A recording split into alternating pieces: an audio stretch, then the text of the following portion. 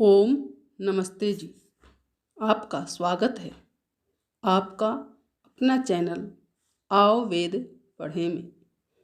इस चैनल पर केवल आचार्य प्रदीप कुमार शास्त्री जी का ऑनलाइन व ऑफलाइन शास्त्रीय कक्षाओं के वैदिक व्याख्यान उपलब्ध होंगे। अपने चैनल पर आने वाले वीडियो की सूचना पाना चाहते हैं तो लाइक और सब्सक्राइब करें तथा घंटी के बटन को दबाएं, जिससे कि वीडियो अपलोड होते ही सबसे पहले सूचना पा सकें। वेद पढ़ें पढ़ाएं, सुने सुनाएं, वेद का संदेश घर घर पहुंचाएं। ऋषि ऋण को चुकाएं, अपना कर्तव्य निभाएं, जीवन सफल बनाएं।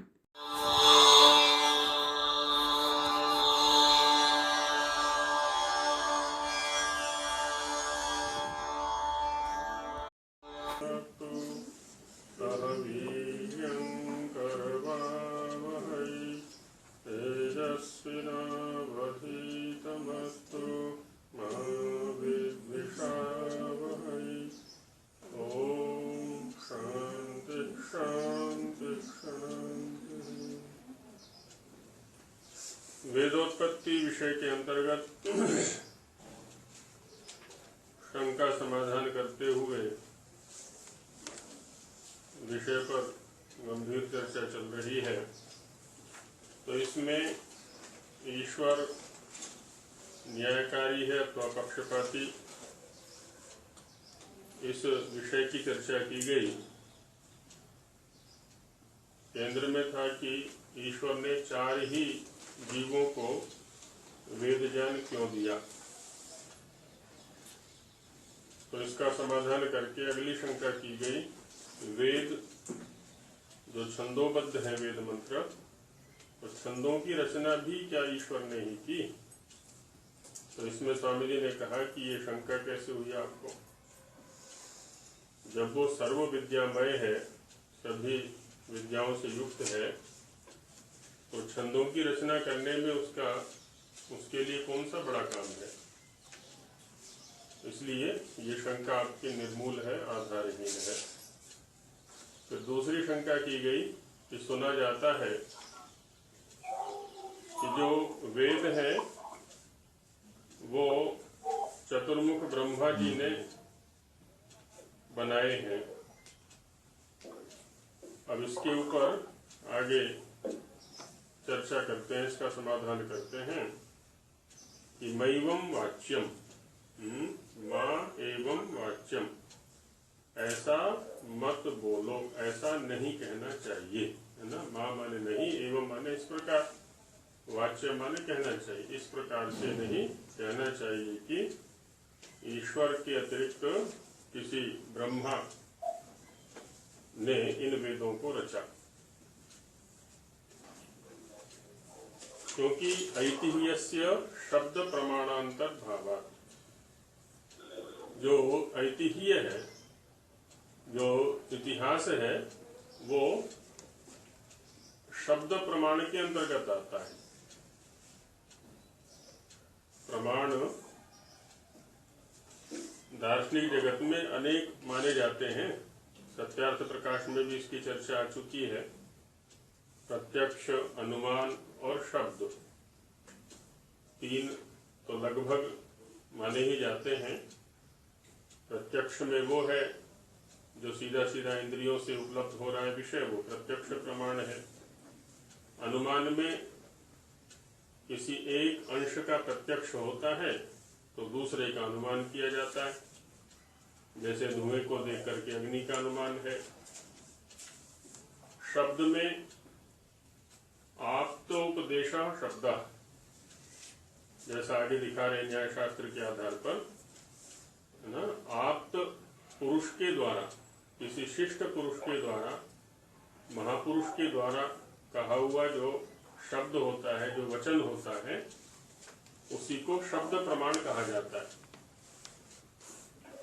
तो तो वही यहाँ पर कह रहे कि ऐतिह्यस्य शब्द प्रमाणांतर भावा। तो ऐतिह्य जो प्रमाण है वो किसके अंतर्गत है? शब्द प्रमाण के अंतर्गत है।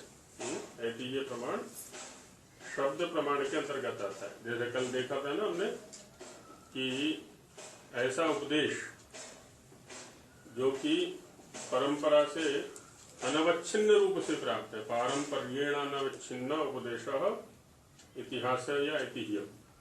परंपरा से, गुरु शिष्य परंपरा से या जिस भी परंपरा से जो अनवच्छिन्न रूप से, बिना किसी व्यवधान के, बिना किसी विच्छेद के जो प्राप्त उपदेश है उसको इतिहास बोलते हैं, उसको ऐतिह्य बोलते हैं। तो वही स्वामी जी कह रहे हैं यहाँ पर कि जो ऐतिह्य प्रमाण है वो शब्द प्रमाण के अंतर्गत आता है।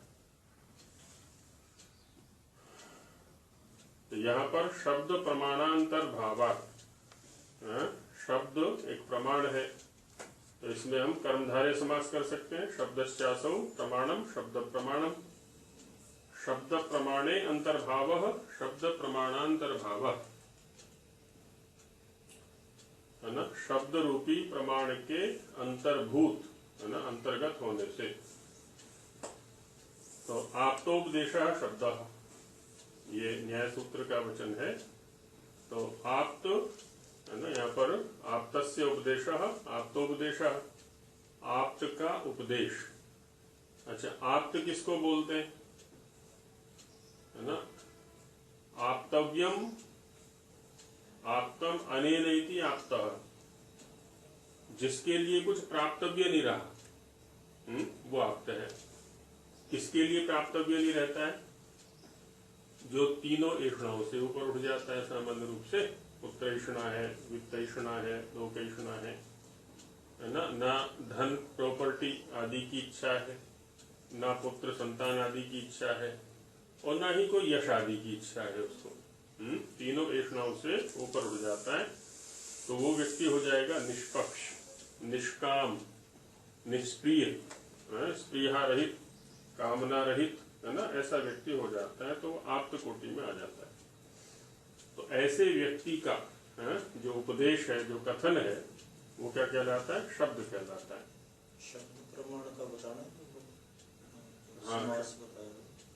हाँ, इसमें कर्मधारय समास हम कर सकते हैं। शब्दः प्रमाणम ऐसा भी कर सकते हैं, या शब्दश्चासौ प्रमाणम च शब्द प्रमाणम ऐसा कर सकते हैं। और शब्द प्रमाणे अंतर्भावः सप्तमी तत्पुरुष हो जाएगा बाद में, फिर शब्द प्रमाणांतर्भावः तस्मात्।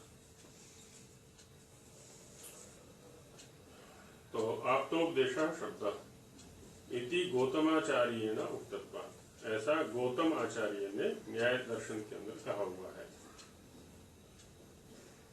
अब एक एक शब्द को थोड़ा खोल खोल करके चलेंगे ना तो हमारा अभ्यास भी हो जाए। जैसे गौतमाचार्येण उक्तत्वात्, अब यहाँ गौतमाचार्येण, गौतम और आचार्य का क्या संबंध है ना, वही संबंध है जो शब्द और प्रमाण का था।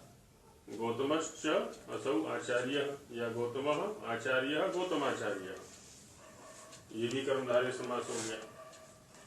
कर्मधारय समास कहाँ होता है? जहाँ विशेषण विशेष्य भाव संबंध होता है, जहाँ दो शब्द मिलकर के किसी एक अर्थ को कहते हैं, तो वो क्या है? कर्मधारय समास के अंतर्गत आता है, उसको कहते हैं कर्मधारय समास। तो यहाँ पर भी ऐसा ही हो गया। तो गौतमाचार्य ने ऐसा ही कहा है कि जो ऐतिह्य है वो शब्द के अंतर्गत आता है। तो शब्द ऐतिह्यम, ये भी वहीं का वचन उद्धृत किया उन्होंने। ऐतिह्य जो है वो शब्द के अंतर्गत है, क्योंकि शब्द ही तो है, उपदेश ही तो है, प्रत्यक्ष तो है नहीं। जैसे कोई कहे कि श्री रामचंद्र एक महापुरुष हुए थे, अब यहाँ क्या है? शब्द ही प्रमाण है। कैसे बना? हाँ, कल इसके ऊपर चर्चा हमने की थी। इतिह आस, तो वहां तो हो गया इतिहास, है ना, तीन शब्दों से मिलकर के बना है। और इतिह शब्द भी इसी अर्थ में आता है। इतिह निश्चित रूप से ऐसा है, इतिह, इति माने इस प्रकार से, ह माने निश्चित रूप से, तो निश्चित रूप से ऐसा है। इस अर्थ में इतिह, तो इतिह और इतिहास दोनों शब्दों का प्रयोग होता है। और इतिह का भाव ऐतिह्य कहलाता है। इतिह या स्वार्थ में भी शय प्रत्यय की व्यवस्था है, तो इतिह एवं ऐतिह्यम, इतिह को ही ऐतिह्य कहते हैं। इत्यादि च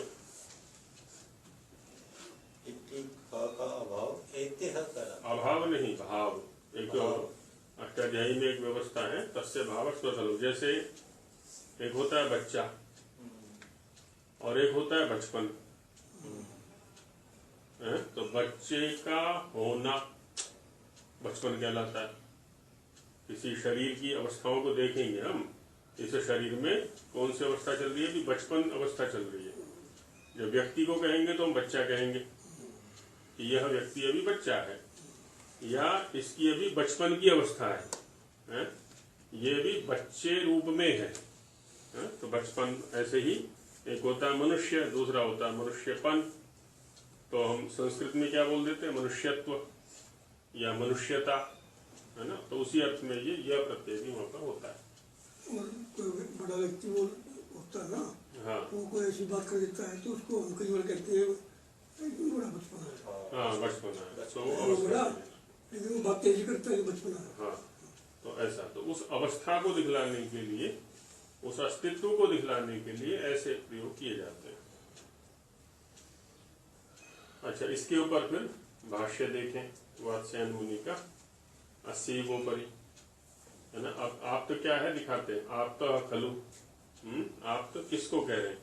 जो आप तो उपदेश शब्द में, जैसे सूत्र के अंदर आप तो शब्द है ना, तो आप तो किसको कहते हैं, तो आप तो खलु साक्षात्कृत धर्म,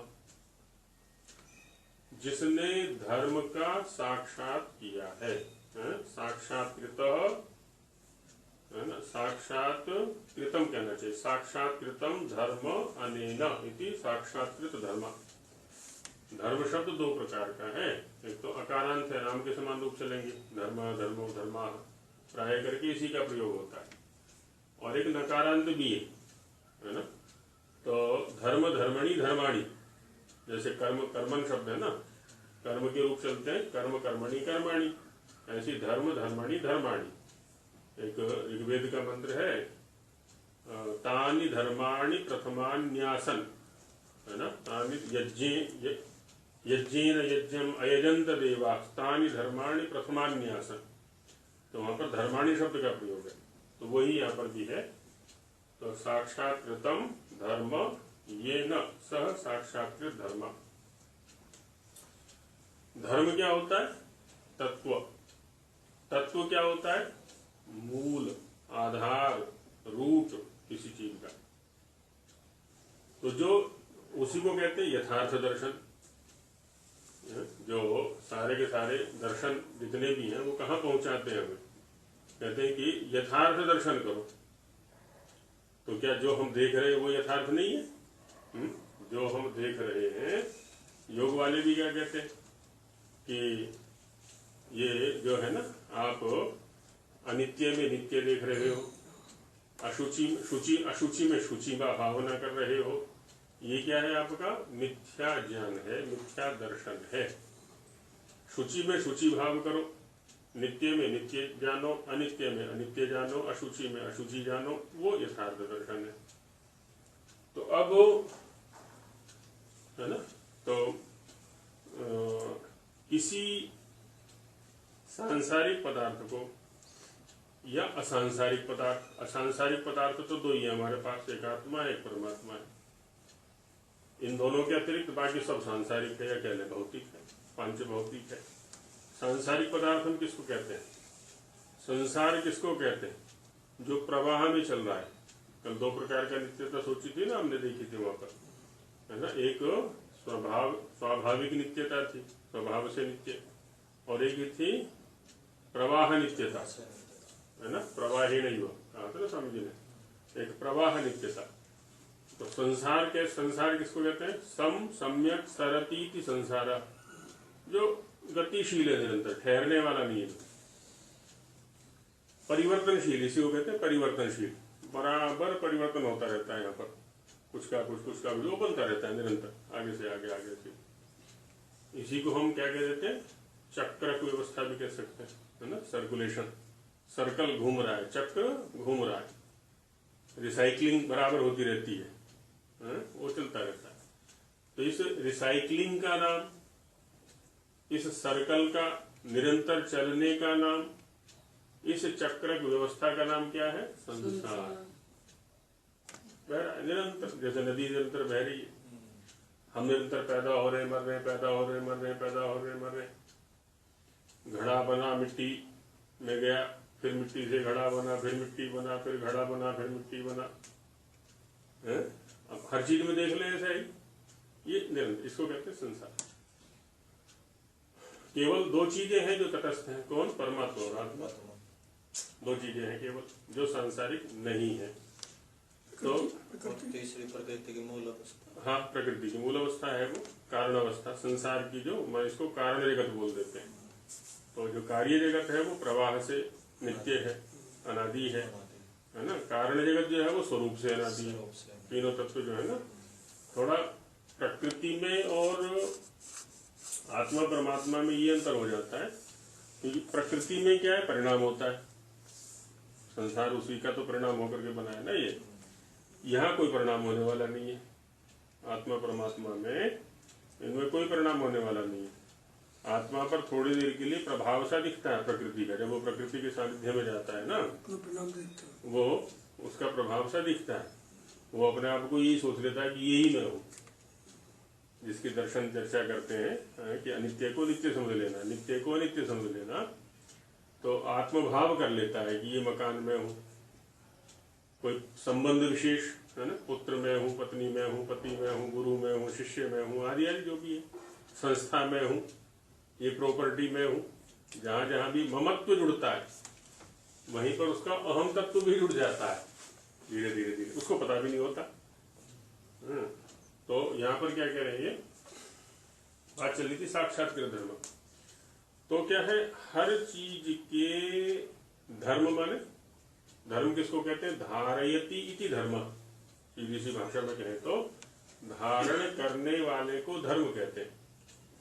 तो जो वस्तु हमें दिख रही है, कौन दिख रही है, चाहे परमात्मा है, शब्द के आधार पर तो हमें प्राप्त हो रहा है ना वो, अभी उसके अस्तित्व का साक्षात नहीं हुआ है हमें, है ना। दो वस्तुएं ऐसी हैं जिनके अस्तित्व का साक्षात हमें नहीं हुआ है, एक परमात्मा के अस्तित्व का साक्षात नहीं हुआ, एक आत्मा के अस्तित्व का साक्षात नहीं हुआ। ये दिख रही है उसकी व्यवस्था सारी की सारी। तो अच्छा, वो दोनों शब्द से प्राप्त हो रहे हैं, हमें ऋषि लोग बता रहे है ना। कुछ अनुमान प्रमाण वहां पर काम कर रहा है, अभी प्रत्यक्ष का विषय नहीं हुआ है।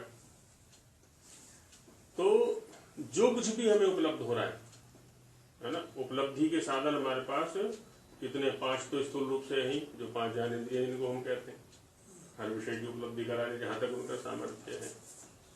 उसके आगे बुद्धि भी है, उपलब्धि का साधन, आंतरिक विषयों की उपलब्धि कराता है वो।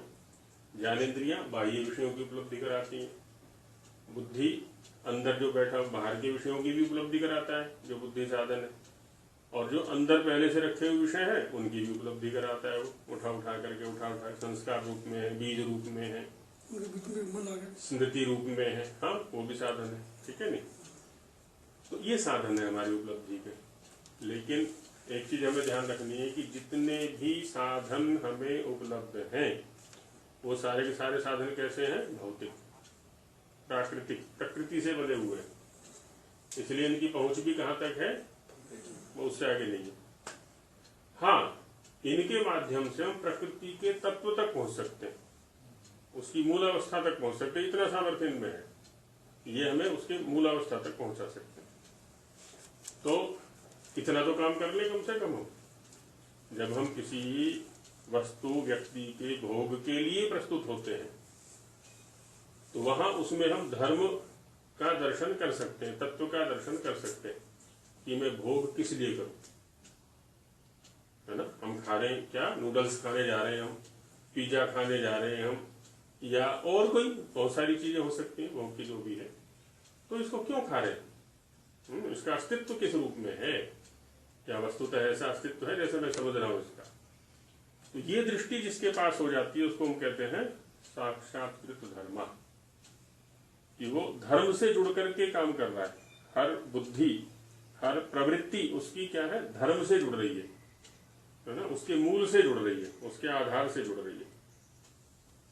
आत्मा, जीवात्मा और परमात्मा को भी तो यही जानेगा, यही चीजें तो जानेगी यही ना, इनमें सामर्थ्य नहीं है। उसको ये उसके पास तक ले जा सकते हैं, क्योंकि इनकी पहुंच क्या है, प्रकृति तक है। अभी होता क्या है, जैसे आत्मा का ज्ञान इनके माध्यम से हम कैसे करते हैं, हाँ? जैसे दूर उठता हुआ धुआं देखा हमने, क्या इंद्रियां क्या उपलब्ध करा रही है हमें, धुआं।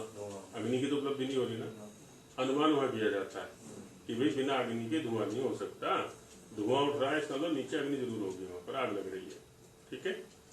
वैसे हम यहाँ अनुमान करते हैं कि इस शरीर की एक अवस्था तो अभी की है, हाथ हिल रहे, पलकें हिल रही हैं, मुंह हिल रहा है, शब्द निकल रहा है, ये खा रहा है, सुन रहा है, चल रहा है, आदि आदि। शरीर की ही एक स्थिति ऐसी होती है, जबकि ये सब गतिविधियां ही नहीं वहां पर। कोई तत्व तो है जो इन दो अवस्थाओं का भेदक है, जिस तत्व के रहते हुए ये सब चेष्टाएं हो रही हैं और उस तत्व के यहाँ से चले जाने पर चेष्टाएं नहीं हो रही। इसलिए न्याय वाले क्या कहते हैं, सुख दुख, इच्छा द्वेष, प्रयत्न, ज्ञान, अब ये जिसके रहने से होते हैं, ये क्या है, आत्मा के लिंग हैं। लिंग का मतलब क्या होता है, लक्षण। जैसे अग्नि के होने का लिंग क्या है, धुआं, लक्षण। अग्नि हमें नहीं दिख रहा, तो वैसे क्या है, ये इंद्रियां ही हमें वहां तक पहुंचा देंगी कि भी कोई तत्व तो है ना, कोई तत्व तो है। तो अब जब हम इस प्रकार विवेक पूर्वक चलते हैं, क्या विवेक बनेगा, जिसको वहां कैवल्य कहा। कैवल्य से पहले क्या योग में विवेक ख्याति है। विवेक ख्याति का मतलब क्या होता है, विवेक माने पृथकता, अलगाव, और ख्याति माने बोध, ज्ञान, कि मैं अलग हूं और ये अलग है। अभी तो नहीं है ना अलग, अभी तो जो दिख रहा है वही मैं हूं, ये शरीर ही मैं हूं, आदि आदि जो भी है ना। एक स्थिति आती है फिर कि मैं अलग हूं, ये अलग हूं, लेकिन वहां पर भी दो तत्वों का बोध बना हुआ है। अब उससे आगे बढ़ता है, फिर ये जो है ना, उसको कहते हैं चित्त का प्रतिप्रसव हो जाना। अब चित्त इसके लिए भोग उपस्थित करने बंद कर देता है, तो चित्त का प्रतिप्रसव माने प्रकृति में लय हो जाना। चित्त ही तो है जो प्रकृति की उपस्थिति करा रहा है हमारे सामने, भोगों की उपस्थिति करा रहा है, नहीं तो हम तक क्या पहुंचता है, माने आत्मा तक क्या पहुंचता है भोग। जो भी भोग है, जो स्वाद है, किसको मिल रहा है, जीव को मिल रहा है ना।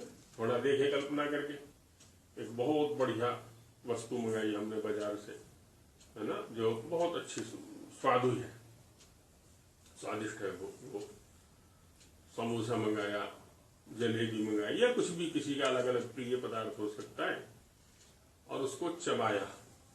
कहाँ चबाया जी, मुंह से चबाया, ले लिया स्वाद पूरा, अब उसको मुंह से बाहर निकाल के रख दिया, अब फिर से खा लो उसको। तो नहीं खा रहे। तो जीव तक स्वाद का मतलब जीव तक है बस, ये उसके आगे है ही नहीं, आत्मा तक नहीं पहुंचने वाला इनमें से कुछ नहीं है। आत्मा तक तो खाली वो बोध पहुंचता है बस। एक आत्म संतुष्टि भी होती है। तो वो आत्म संतुष्टि जो है ना, यहाँ आत्मा शब्द का तात्पर्य है मन, जिसको आप आत्म संतुष्टि बोल रहे हैं, क्योंकि प्राकृतिक पदार्थों से इसी की यही मांगता रहता है, इंद्रियों के आधार पर इसी की संतुष्टि होती रहती है कि मुझे ये मिल गया, मुझे ये मिल गया, मुझे ये मिल गया। वो मैं ऐसे करता हूँ, जैसे हम उसी पदार्थ को स्वयं ना खाकर स्वयं खाया तो हमने सुख प्राप्त कर लिया इंद्रियों के द्वारा, ठीक है जी। इंद्रियों ने सुख, अगर उसको हमने किसी को समर्पित कर दिया, किसी ऐसे व्यक्ति को बाइक रखा गया घर में और हमने उसको खिला दिया, वो कई बार ऐसा होता है। कई बार क्या, माँ ने अपने बच्चे को खिला दिया, सीधी सी बात है, तो माँ की संतुष्टि हो गई, माने खाया बच्चे ने और पेट भर गया माँ का। ये ना अभी थोड़ा और दर्शनों का अध्ययन करेंगे ना, ये सारी चेष्टाएं जो भी हैं ये मन बुद्धि के स्तर पर चल रही है। वहीं पर हम आत्मा शब्द का व्यवहार कर रहे हैं। कर रहे हैं। तो ये यहाँ पर ये आ जाएगा ना मानसिक रूप से। अब बच्चा तो भूखे है तो वो खाना माँ कैसे खा लेगी, क्योंकि और वो करुणा के रूप में आ जाएगा ना यहाँ पे। मन बुद्धि तो कर हाँ, वो वहां तक रहता है। तो आप तो ये है साक्षात्कृत धर्मा की स्थिति। और साक्षात्कृत धर्मा की जो स्थिति है वो कब होती है? जब निरंतर वो अवस्था बनी रहती है। इसलिए योग में एक बात आई है, दुखम एव सर्वम विवेकिना। जो विवेकी होता है ना, सभी में दुख है। किसको भोगने चले कि यहाँ तो दुख है भाई सारे में। क्योंकि एक व्यक्ति है, भोजन में स्वाद को देख रहा है, खा रहा है, खूब बराबर खा रहा है। फिर दूसरा व्यक्ति है, उसको ये पता चल गया कि इसमें जो है ना रात भूल से जहर पड़ गया था। अब खा ले, उसको कैसे खा लेगा वो? कि भाई भोजन तो स्वादु है लेकिन ये विष मिश्रित है, विष संपृक्त अन्न है ये। अब वो कैसे खा लेगा? जिसको नहीं पता है वो लगा हुआ, दिन रात भोगने पे लगा हुआ है और मर रहा है। तो ये विवेकी की स्थिति होती है, ये तत्वदर्शी की स्थिति होती है। फिर वो शरीर को संभालने के लिए, शरीर को सुरक्षित रखने के लिए तो ग्रहण करेगा, लेकिन वो भोग की दृष्टि से ग्रहण नहीं करने वाला। कि उसमें लालसा होगी तो प्रियता होगी, है ना, स्पृहा होगी, इसके बिना नहीं रह सकता मैं, आदि आदि, वो सब समाप्त है। केवल जीवन के लिए, शरीर को धारण करने के लिए, कि जब तक शरीर है ठीक ठाक चले, इस रूप की दृष्टि से करेगा। तो हर वस्तु में ये स्थिति देखना है साक्षात्कृत धर्म। वो क्या है? आप्त की परिभाषा में दे रहे स्वामी जी महाराज न्याय दर्शन के व्यास वात्स्यायन भाष्य के आधार पर। ये खलु क्या होता है? खलु निश्चित रूप से अव्यय है। और क्या लिखा? यथा दृष्टस्य अर्थस्य चिख्यापैषया प्रयुक्त उपदेष्टा, है ना। अब जब वो साक्षात्कृत धर्म हो जाता है, यथार्थ दृष्टा हो जाता है हर वस्तु का। अब क्या होता है, एक बार क्या था ना, बारिश का समय था, तो हम दोनों स्कूटर से जा रहे थे यहीं मुरसल रोड से। तो पानी भरा हुआ था, थोड़ा आगे जा करके जो ये गार्डन वार्डन है जो, वहाँ पानी भरा हुआ था। वहाँ साथ में सीमेंट की दुकान है, वो हमें जानता था। अच्छा, हम जा रहे हैं, जो प्रतिदिन जाते थे, उनकी रोड है भी ठीक ठाक, निकल जाएंगे ऐसे। दुकानदार ने एकदम टोका, शास्त्री जी कहाँ जा रहे हो? आगे गहरा गड्ढा है। क्योंकि उसके दुकान के सामने गड्ढा था वो। अब वो क्या है, वो यथार्थ दृष्टा है गड्ढे का। प्रतिदिन उसके सामने तो घटनाएं घट रही है, हमें तो नहीं पता, तो इसलिए हम तो आगे बंद करके निकल जाएंगे, रोड है ये तो चलो सीधे। उसने एकदम सचेत कर दिया। यही स्थिति यहाँ साक्षात्कृत धर्म की होती है। वो देखा, मुझे तो पता चल गया कि सारा का सारा विश्व संपृक्त अन्नवत है भोग सारे के सारे। अब दूसरों पर उसको दया आती है, करुणा आती है। ये मरेगा बेचारा, खा रहा है, इसको पता नहीं है, भोग में इतना मस्त है ये, इसको पता नहीं है ना। भोगा न भुगता वय भुगता, इसको नहीं पता। तो उसको समझाता है जाकर के, उसी को कह रहा है कि यथा दृष्टस्य अर्थस्य, जैसा अर्थ का दर्शन उसने किया है, यथार्थ रूप में कर लिया ना उसने, तो धर्म रूप में कर लिया है, तत्व रूप में कर लिया है। तो यथा दृष्टस्य अर्थस्य क्या? चिख्यापैषया, कहने की इच्छा से। चिख्यापैषा माने कहने की इच्छा।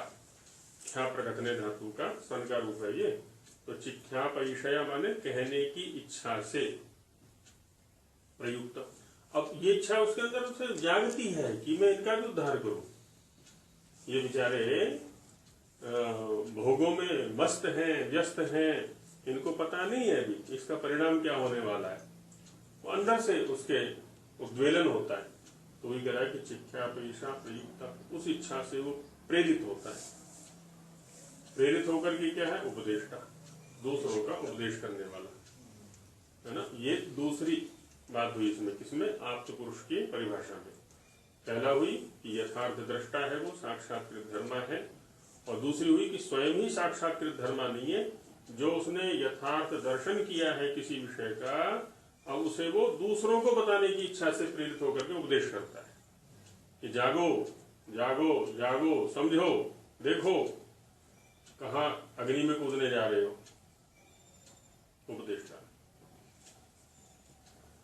अच्छा, फिर आगे दिखाते हैं, साक्षात्करणम अर्थस्य आप्ति ही। आप्ति माने उपलब्धि। आप्ति माने आप्तरी लंबने धातु है ना, आप्तरी लंबने धातु है। अच्छा, आप्ति में इस आप्ति शब्द से परिचित करा दूं मैं। आप्ति के शुरू में प्र लगा दो। कहाँ पहुंच गए? प्राप्ति। यहाँ प्राप्ति प्र हट गया, बस आप्ति है। तो प्राप्ति शब्द प्रसिद्ध है। आप्तरी व्याप्तो तो उसमें भी आप्तरी व्याप्तो एक अलग धातु है, वो व्यापक आदि अर्थों में सर्व व्यापक है। ईश्वर नाम दिया है वो पंचमा ने तो लिखा। वहाँ आप्तरी व्याप्तो है, व्याप्तो है वो व्याप्ति अर्थ में, और ये आप्तरी लंबने है। अच्छा, ये अलग है। हाँ, तो इसमें लंबन माने उपलब्धि करना, तो ये प्राप्ति वाला है। यह वस्तु मुझे प्राप्त हो गई, तो प्राप्त में भी यही है, इसकी मुझे प्राप्ति करनी है, प्राप्ति में भी यही है। और प्र को हटा दिया तो आपती बच गई। अच्छी तरह से प्राप्त होगी। हाँ, मिल गई। और आप्त में भी यही है ना, आप्त में भी प्र को हटा दिया। तो वही कह रहे, आपती क्या है यहाँ पर? अब आपती उपलब्धि को देखें क्या है। हम जो नई नई उपलब्धियां, हम किसको कहते हैं उपलब्धि? इतना पैसा मिल जाए, इतने प्लॉट मिल जाए, इतना ये मिल जाए, इतना वो मिल जाए, हम उसको उपलब्धि कहते हैं। यहाँ दार्शनिक भाषा में क्या है? साक्षात्करणम। किसका? धर्म का, तत्व का, मूल का, आधार का, है ना, कारणावस्था का, अर्थस्य इसलिए कहते हैं, है ना, जो अर्थ हमें उपलब्ध हो रहा है। अर्थ किसको कहते हैं? जो गति का साधन, अर्यते गम्यते अनेन इति अर्था, जो हमारी गति का साधन है, इस जीवन के संचालन का जो साधन है उसका नाम है अर्थ। तो सब कुछ अर्थ के अंतर्गत आता है ना, अर्यते गम्यते अनेन इति अर्था। तो जो जिसके द्वारा गति होती है, जिसके द्वारा इस जीवन का संचालन होता है, वो क्या है? अर्थ। तो धर्म अर्थ का मोक्ष, वही अर्थ। अब इस अर्थ की इस परिभाषा में तो सब कुछ आ गया। ईश्वर भी अर्थ हो गया, आत्मा भी अर्थ हो गया, प्रकृति भी अर्थ हो गया, संसार भी अर्थ हो गया, क्योंकि ये सब हमारी गति के साधन है। वहां जो अर्थ है ना, वो क्योंकि 4 विभाग कर दिए वहां पर, धर्म है, अर्थ है, काम है, मोक्ष है, तो वो स्थूल स्तर पर हो जाएगा, क्योंकि और भी चीजें अलग से मिलाती है वहां पर। मूल रूप से बस पैसे को यहाँ लिया जाता है। हाँ, तो स्थूल हो गया ना वो। तो इसको क्या कहा है इन्होंने? आपती। इसकी परिभाषा दी जा रही है यहाँ पर, ये आप्त पुरुष की, क्योंकि आप्त पुरुष आपती से बनता है। और आपती क्या है? किसी अर्थ का यथार्थ दर्शन, किसी अर्थ का, किसी वस्तु का, है ना, यथार्थ दर्शन। सामान्य रूप से क्या होता है? किसका यथार्थ दर्शन करना? जैसे योग वाले क्या कहते हैं? योगश चित्तवृत्ति निरोधा। किन चित्त वृत्तियों का निरोध करना है? जो परेशान है, जो परेशानी का कारण बनी हुई है। तो वहां वृत्ति शब्द मुख्य रूप से वही जाता है अभी आरंभ में, क्योंकि जो हेय हे हेतु हान हानोपाय, हेय के स्तर पर खड़े हुए हैं। ये छोड़ना, ये छोड़ना, ये छोड़ना, ये छोड़ना, ये छोड़ना माने जो दुख का कारण है मुख्य रूप से, तो उसको छोड़ने में जाते हैं हम। तो दुख का कारण कब छूटेगा? जब यथार्थ दर्शन होगा वहां पर। तो उसी को कह रहे हैं यहाँ पर कि साक्षात्करणम अर्थस्य, किसी अर्थ का साक्षात करना, ये क्या है? आपती ही। तया प्रवर्तते, और उस आपती के द्वारा जिसकी प्रवृत्तियां होती हैं, व्यवहार होता है। कौन सी आपती के द्वारा? यथार्थ दर्शन, तत्व दर्शन, है ना, साक्षात्कार। हर चीज में वही दिखाई पड़ता है फिर उसको। तो तया प्रवर्तते इति आप्तः, है ना, उससे वो प्रवृत्त होता है, इसलिए उसको आप्त कहते हैं। ऐसे व्यक्ति को आप्त कहा जाता है। प्रवर्तते ना, ठीक है, ठीक है, संधि हो गई है यहाँ पर। प्रवर्तता इति आप्तः, है ना, उससे प्रवृत्त होता है, उससे क्या कहते हैं, उसकी प्रवृत्तियां होती हैं, उसका व्यवहार होता है, इसलिए इसको आप्त पुरुष कहा जाता है। इति न्याय भाष्ये वात्स्यायनेन उक्ते। न्याय भाष्य में न्यायस्य भाष्यम, न्याय भाष्यम है ना, न्याय दर्शन का जो भाष्य है उसमें वात्स्यायनोक्ते है, वात्स्यायनस्य उक्ति ही, वात्स्यायनोक्ति ही तस्याह। तो उस उक्ति ही माने वचन, तो यह व्याख्यान क्या ले, कथन क्या ले, वात्स्यायन मुनि ने न्याय दर्शन के भाष्य में ऐसा कहा है आप्त पुरुष के विषय में। तो अब आप्त को, इस आप्त को वहां ले जाए, आप्तोपदेश शब्द के पास में ऐसे व्यक्ति का जो उपदेश होता है उसको हम कहते हैं शब्द प्रमाण। हालांकि आप तो छोटे स्तर पर भी होता है। कैसे? एक बच्चा दौड़ा दौड़ा आया चिकित्सक के पास में, चिकित्सक के पास आया, बोला डॉक्टर साहब या वैद्य जी, मेरी माँ जी बहुत बीमार है, जल्दी चलिए। अब इस बच्चे की बात को सुन करके डॉक्टर अपना थैला उठाता है, पेटी उठाता है और उसके पीछे पीछे चल देता है। तो इस प्रसंग में वो बच्चा उसके लिए आप्त हो गया, इस प्रसंग में खाली, सारी बातों में नहीं। क्योंकि यदि आप्त ना होता है तो डॉक्टर उसके पीछे पीछे पेटी उठा के ना चलता। प्रमाण है कि नहीं उसके लिए कि बच्चा कह रहा है कि मेरी माँ जी बीमार है। तो जैसी उसने प्रस्तुति दी, तो यहाँ इस माँ के बीमार होने के प्रसंग में डॉक्टर के लिए वो बच्चा क्या हो गया, आप्त पुरुष हो गया। केवल इतने प्रसंग में, सारे प्रसंगों में है ना, ये भी ध्यान रखना है। ये डॉक्टर भी होगा उसके लिए नहीं, डॉक्टर तो है, लेकिन यहाँ जो प्रसंग है, क्योंकि डॉक्टर उसकी बात के अनुसार चल रहा है, बात के अनुसार सब प्रमाण। जैसा उसने कहा इसके शब्द को प्रमाण मान करके वो पेटी उठा के चल दिया इतने में।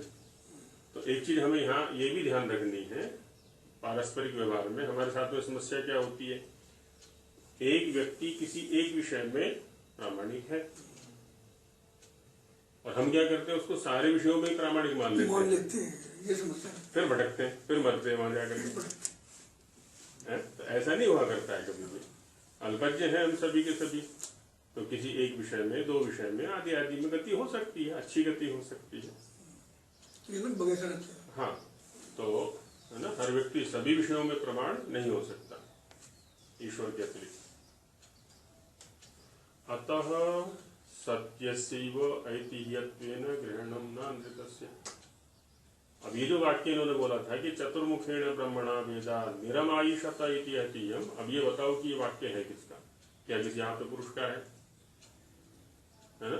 स्वामी जी ऐतिह्य को परिभाषित कर रहे हैं यहाँ पर कि तुम जो कह रहे हो ना कि ऐसा ऐतिह्य है, इतिहास है, कि भाई ऐतिह्य कहते हैं शब्द प्रमाण को। शब्द प्रमाण कौन होता है? जो आप्त पुरुष के द्वारा उपदिष्ट होता है। आप्त पुरुष कौन होता है? ऐसा ऐसा होता है। तो क्या इस प्रकार के किसी व्यक्ति ने ये वचन कहा है तुमसे कि चतुर्मुख ब्रह्मा ने वेद की रचना की है, किसी आप्त के द्वारा उपदिष्ट किसी ग्रंथ में है क्या? किसी आर्ष ग्रंथ में ऐसा वचन मिला है क्या तुम्हें? तो वही करें, अतः इसलिए सत्यस्यैव ऐतिह्यत्वेन ग्रहणम्, जो सत्य है उसी को हम ऐतिह्य के रूप में ग्रहण करेंगे या ग्रहण करने योग्य है। न अनृतस्य, जो अनृत है वो ऐतिह्य कभी नहीं हो सकता। अनृत माने सत्य। अब हमारे साथ यही तो हुआ है ऐतिह्य के नाम पर, भारतवासियों के साथ में, आर्यावर्तियों के साथ में। आर्यावर्त का जो इतिहास था उसको तो छिपा दिया, और जिन्होंने हमारे साथ अन्याय किया, अत्याचार किया, विचार किया, उनको हमारे सामने महापुरुष बना करके प्रस्तुत कर दिया और हमने उन्हीं को महापुरुष मान लिया। और जो हमारे महापुरुष थे वस्तुतः, उनको दीनहीन, दरिद्र, भिखारी, है ना, वो क्या कहते हैं, अशिक्षित, और न जाने क्या क्या क्या क्या करके कर दिया। बस जैसा वो बताते रहे वैसा हम मानते रहे। आज तक भी रक्त में ये घुसा हुआ है, अपनी संस्कृति को अपनाने के लिए तैयार नहीं। तो अनृतस्य यत् सत्य प्रमाणार्थोपदिष्टम ऐतिह्यम तद्ग्राह्यम न तो विचिन्त्यति। इसलिए यत् माने जो, सत्य प्रमाणम सत्य प्रमाण युक्त हो, सत्य प्रमाणम आप्तोपदिष्टम, किसी आप्त पुरुष के द्वारा उपदिष्ट हो, कथित हो, कहा हुआ हो, ऐसा ऐतिह्यम इतिहास शब्द हो, तदग्राह्यम, वही ग्राह्य है, वह ग्रहण करने योग्य है।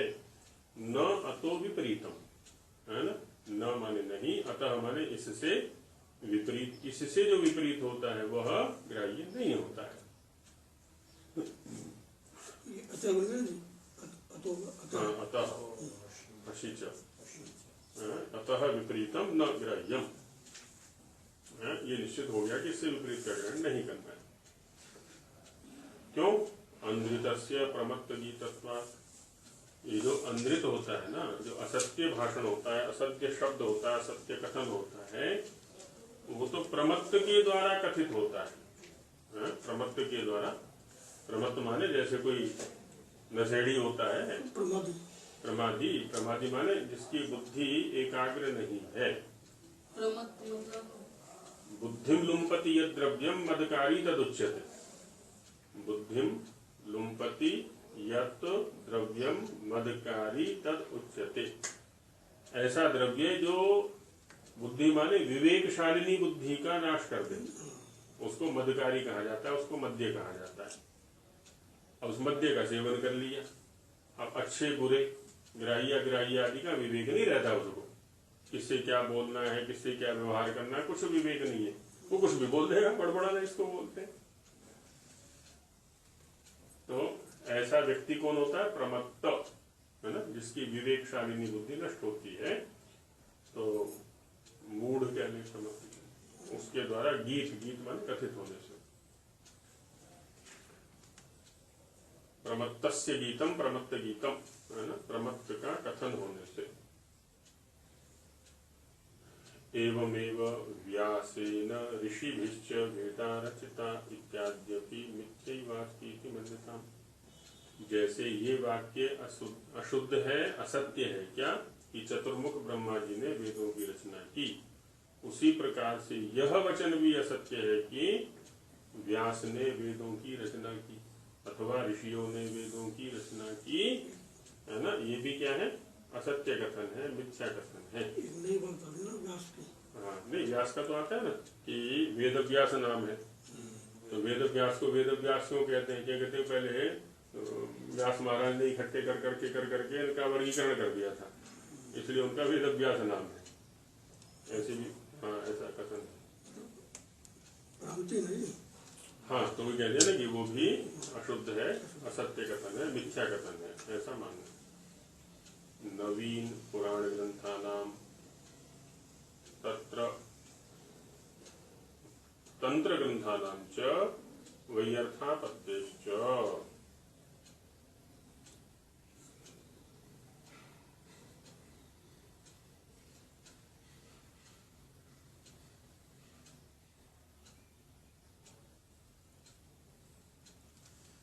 तो जो नवीन पुराण ग्रंथ है, पुराण ग्रंथ भी दो प्रकार के हैं, एक प्राचीन है, जो प्राचीन है, ब्रह्मांड आदि है, वायु है, अग्नि है, तो उनमें तो क्या है ना,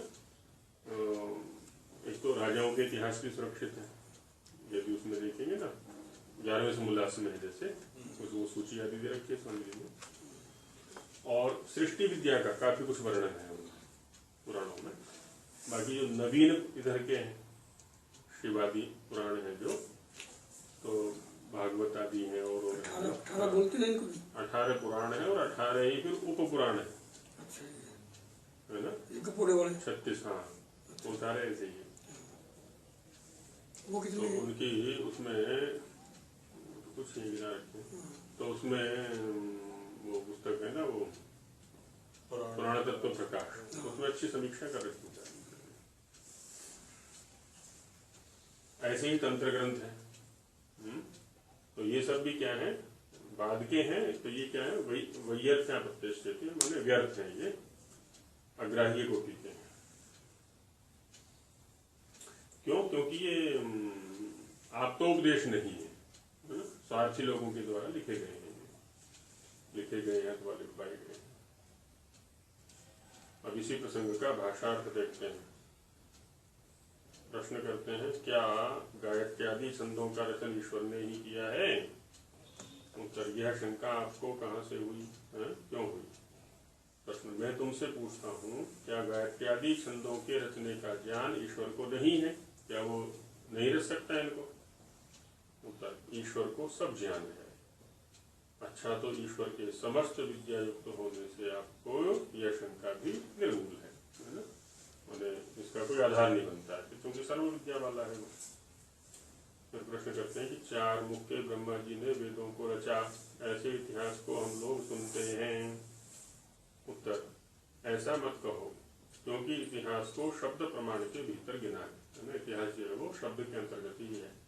कुछ लोग ऐतिह्य को अलग से प्रमाण मानते हैं, कुछ शब्द के अंतर्गत ही इसको ले लेते हैं। तो इसमें दिखाते हैं कि आप तो उपदेश इत्यादि, अर्थात सत्यवादी विद्वानों का जो उपदेश है उसको शब्द प्रमाण में गिनते हैं, है ना? वो शब्द प्रमाण है, सत्यवादी विद्वानों का होना चाहिए, ऐसा न्याय दर्शन में गौतमाचार्य ने लिखा है। तथा शब्द प्रमाण से जो युक्त है वही इतिहास मानने योग्य है ना?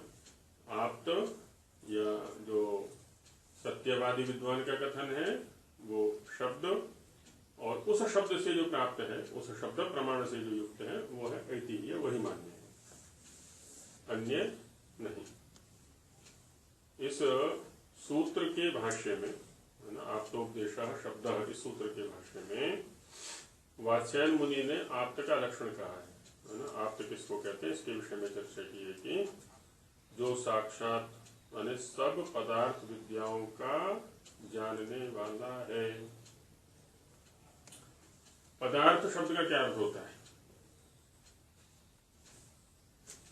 एक व्याकरण के अनुसार देखें तो पदस्य अर्थः पदार्थ, षष्ठी समास हो गए यहाँ पर। पद क्या होता है? पद्यते गम्यते अर्थः अनेन इति पदम, जिससे किसी अर्थ का बोध होता है उसको पद कहते हैं, शब्द कहते हैं। किसी अर्थ के बोध का जो साधन है वो क्या है? पदम। संस्कृत वाली कक्षा में चर्चा की थी ना, पद माने सुप्तिगंतम पदम, वहां कहा था। या तो सुबंत होता है या तिगंत होता है, जिसको हम शब्द रूप या धातु रूप कहा करते हैं, ठीक है नहीं? तो उसी में किसी अर्थ को बोध कराने की क्षमता होती है। तो अब हमें ये देखना होता है कि वो जो शब्द हमने बोला है या सुना है वो किस अर्थ पर ले जाना चाहता है हमें। वो शब्द किस अर्थ पर, किस अर्थ का बोध कराना चाहता है हमें। जैसे अग्नि शब्द है थोड़ी देर के लिए, तो अग्नि शब्द का एक बहुत ही स्थूल प्रचलित सा अर्थ हम आग ले लेते हैं, जो चूल्हे में जलने वाली है या हवन कुंड में जलने वाली है। अग्नि शब्द का तो वो अर्थ नहीं है केवल। अग्नि शब्द तो बड़े सूक्ष्म अर्थ में ले जाना चाहता है हमें। तो वो इस शब्द का, इस पद का वह अर्थ है जो सूक्ष्म है, हम तो बड़े स्थूल तक सीमित हो गए। पंकज शब्द आता है ना? पंकज माने कमल। अब यदि कमल तो काली अर्थ नहीं है इसका, है ना? कि वो पंख से जोड़ना चाहता है हमको। ऐसे कमल भी होता है, कम जलम अलति भूषयति कमलम, जो जल को भूषित करता है। जिस तालाब में कमल खिले हुए होते हैं तो तालाब की शोभा ही अलग बनती है ना? कम, कम माने जलम, कम शब्द जल के लिए भी आता है, सुख के लिए भी आता है। तो ऐसे ये व्याकरण विद्या है जो हमें सूक्ष्म अर्थ से जुड़वाती है शब्द के माध्यम से। ये शब्द कहना क्या चाहता है ना? धातु प्रत्यय का अभ्यास थोड़ा बहुत हमने किया था, तो वो धातु कुछ अर्थ बताएगा, है ना? उसमें कहा था ना कि जैसे प्रत्येक शब्द के अंदर 6 अर्थ होते हैं, चाहे वो सुबंत है चाहे तिगंत है। अब वो देखें कि वो 6 क्या हम 6 के 6 का ग्रहण कर रहे हैं? नहीं, हमें तो एक में भी बड़े स्थूल का ग्रहण कर रहे हैं हम तो। किसी बच्चे का जब नामकरण संस्कार किया जाता है ना, वहां पर भी यही रहस्य होता है। सोच समझ करके ऐसे नाम का चयन किया जाता है जो उसको उसके लक्ष्य से जोड़े, परंपरा से भी जोड़े, है ना, वंशानुकूल भी हो और उसके लक्ष्य से भी जोड़े, और उसको बार बार बोध कराया जाता है। प्रत्येक संस्कार में उसको बोध कराया जाता है तुम्हारा ये नाम है, तुम्हारा ये नाम है, इसके अनुकूल तुम्हें ये काम करना है, ये काम करना है, ये काम करना है। तो वो होता है पदार्थ। क्या कह रहे स्वामी महाराज? मतलब कोई भी पद है वो सुख हो या तिंग होगा। हाँ, इससे तीसरी कोई चीज तीसरी कोई स्थिति नहीं है। एक में कहेंगे तो पद है, इससे आगे विवेक करेंगे तो दो हो गए, या तो सुबंत है या तिंगंत है। और आगे बढ़ते चले जाए, ये व्याकरण चल रहा है। एक से दो पर पहुंचे, दो से फिर चार पर पहुंचते हैं, नाम आख्यात उपसर्ग निपात। इन चार से फिर और आगे बढ़ जाते हैं। ये धातु है, प्रत्यय है, धातु इतने प्रकार के हैं, प्रत्यय इतने प्रकार के, आदि आदि। ये व्याकरण चल रहा है, खोलते चले जा रहे हैं हम शब्दों को, है ना। शब्द के अंदर घुस रहे हैं हम। जैसे एक सामान्य व्यक्ति है, उसके लिए शरीर का मतलब क्या है? भोग का साधन है, खाओ पियो मौज करो, बस इतने से तात्पर्य है। लेकिन जो शरीर विज्ञानी है वही शरीर के अंदर घुसता है कि देखो इसके अंदर यहाँ है, मुंह के अंदर क्या क्या है।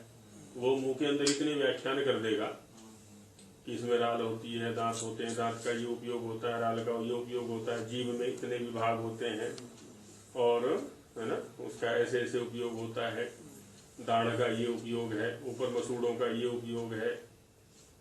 सब एक एक चीज की व्याख्या कर देगा कि पीछे जो वो लटकी हुई अली जिह्वा है उसका ये उपयोग है। और इसी मुख का उपयोग, इसी मुख का व्याख्यान एक शब्द विज्ञानी करेगा कि देखो जीभ से यहाँ टच करोगे तो ये शब्द निकलेगा, तो ये निकलेगा, तो ये निकलेगा, ये निकलेगा, आदि आदि आदि। तो अंदर प्रवेश करना, ये इसी का नाम व्याकरण है। किसी चीज को खोल करके समझने का प्रयास करना ही व्याकरण है। हम शब्दों के माध्यम से क्या करते हैं? पहले शब्द को खोलते हैं और शब्द के माध्यम से फिर उस अर्थ को खोलते हैं। तो फिर क्या होता है? उस शब्द के अर्थ के रहस्य तक पहुंचने का प्रयास करते हैं। वो हमें मूल से जोड़ता है, जिसको ये जो दर्शन वाले कहते हैं ना, यथार्थ दर्शन। तो ऋषियों की भाषा में है ना, ये साधन है। इसलिए ये कह करके उपेक्षा नहीं करनी चाहिए कभी, अरे व्याकरण क्या है, कुछ उपयोग नहीं है इसका, खाली शब्द ज्ञान है। तो यहाँ से वो मस्तिष्क तैयार होता है, यहाँ से वो बुद्धि तैयार होती है, जो हमें उस गहराई तक पहुंचने में सहयोगी बनती है। इसके बिना वो नहीं हो सकता। सीधा हम दर्शन में पहुंच जाते हैं, वो मस्तिष्क तैयार नहीं है अभी हमें रहस्य तक पहुंचाने के लिए। वो वृत्ति बनी नहीं हमारी, तो पहुंच कैसे जाएंगे? तो यहाँ स्वामी जी ने क्या कहा? जो साक्षात सब पदार्थ विद्याओं का जानने वाला है ना, पदार्थ विद्याओं का, इसी शब्द का वहां प्रयोग किया रखा है ना, प्रथम नियम में भी किया हुआ है पदार्थ विद्या। तो एक एक शब्द में बड़ा है ना गहराई है। उसमें जो हम नियम पढ़ते हैं, सब सत्य विद्या। हाँ, नियम पर फिर कभी चर्चा कर लेंगे। पदार्थ विद्या इकट्ठी बोलनी चाहिए, अलग अलग बोलना चाहिए? जो पदार्थ विद्या से जाने जाते हैं, कुछ लोग कहते हैं नहीं पदार्थ विद्या इकट्ठी बोलो। विद्या को साधन के रूप में रखा हुआ है वहां पर, विद्या से जाने जाते हैं। कपट आदि दोषों से रहित धर्मात्मा है, जिसके अंदर कपट नहीं है ना। कपट क्या होता है? कम पाटयति कपटा, जो सुख को ढक लेता है। सुख को कौन ढकता है? जो दोगला व्यवहार होता है। जो व्यक्ति जितना जितना प्रदर्शन में जाएगा, जो व्यक्ति जितना जितना दोगला व्यवहार करेगा, वो उतना उतना सुख से दूर होता चला जाएगा। ये जो उसका दोगला व्यवहार है, ये जो उसका प्रदर्शन वाला व्यवहार है, ये जो उसका ढकोसले वाला कहें, आडंबर वाला कहें, जो भी कह लेंगे, ये व्यवहार उसको किससे? सुख से दूर कर रहा है, कौ से दूर कर रहा है ना। तो छल कपट रहित है ना, इसी को कुटिलता कह देते हैं, टेढ़ापन कह दो। जो सदा सत्यवादी, सत्यवादी में देखिए या स्वभाव में आ गया, वो जैसे न्यायकारी में था ना, सत्यवादी माने सत्य बोलने के स्वभाव वाला। वो चाह करके भी असत्य नहीं बोल सकता। जिसका स्वभाव ऐसा बनेगा ना सत्य बोलने का, वो उसको तैयार किया जाए, 4-5 लोग मिलकर तैयार करें कि तुम्हें ऐसा बोलना है, तुम्हें ऐसा बोलना है, तुम्हें ऐसा बोलना है, दिन रात रटवा दे उसको। लेकिन जब अवसर आएगा ना, उसके मुंह से सत्य निकले वो सिखाया हुआ नहीं निकल सकता कभी भी क्योंकि स्वभाव है उसका बेचारे का। यही होता है, ये जो विपरीत परिस्थिति आती है, आदमी असत्य की ओर झुक जाता है क्योंकि स्वभाव असत्य का है। हाँ, सत्य का स्वभाव है। स्वार्थ, क्षुद्र स्वार्थ। और दूसरा वो ये नहीं देख रहा है कि इस असत्य में कितना विष मिला हुआ है, इसका परिणाम कितना भयंकर होने वाला है, उसको देख ही नहीं रहा हूँ। उसको तो ये है कि मुझे रुपए मिल जाएंगे, ये मेरा काम हो जाएगा जैसे भी तैसे करके। वो इसका परिणाम कितना भयंकर होने वाला है इसको देख नहीं रहा, कि समाज के अंदर कितना बड़ा दोष मैं पहुंचा रहा हूँ, या बच्चों के अंदर कितना बड़ा दोष मैं पहुंचा रहा हूँ, या अपने चरित्र के अंदर कितना बड़ा कलंक मैं लगा रहा हूँ, उसको देख नहीं रहा बिल्कुल। ये चिकित्सा के ये इतना बड़ा आदमी है क्या झूठ बोलेगा? हाँ देखता है ये पक्का उठा है, हाँ, इसका तो झूठ बोलना स्वभाव बन गया। स्वभाव है, और झूठ बोल बोल के बड़ा बना है ये आदि आदि जो भी। तो वहाँ बड़ा और छोटे की जो परिभाषा है ना वो भी अलग होगी। ये सत्य भी अलग अलग चीजें हैं। अब जैसे जैसे ज्ञान बढ़ता है ना सत्य भी तब पता लगता है। वो तो है ही। वो तो है ही। पहले वही चीज है आदमी सोचता है झूठ है, देखिए उसमें फिर धीरे धीरे फिर वो सत्य का पता लगा। अरे मैं तो 10 साल पहले ये सोचता था, वो गलत सोचता, ये तो सत्य कुछ और ही। स्वामी जी के प्रतिपादन में रहस्य को समझिए। आर्य समाज के नियमों में क्रम क्या रखा है। पहले उन्होंने लक्ष्य निर्धारित किया, सब सत्य विद्या और जो पदार्थ विद्या से जाने जाते हैं उन सबका आदि मूल परमेश्वर है। तो हमें ये सब जानना है, और वो किससे प्राप्त होगा?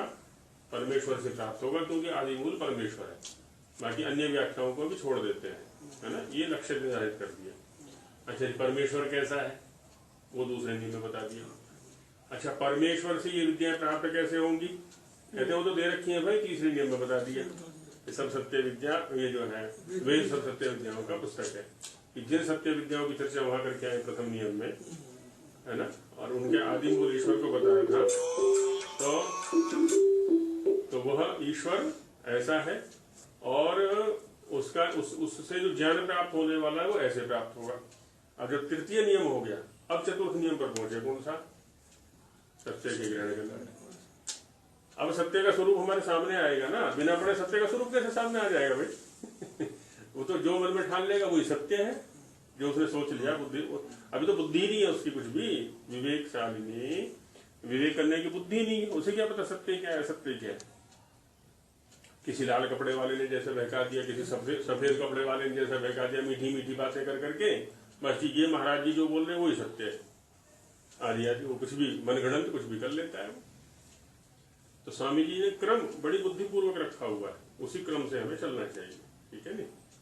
शेष व्याख्यान इसका कल देखेंगे, क्योंकि समय अगले पाठ का हो गया।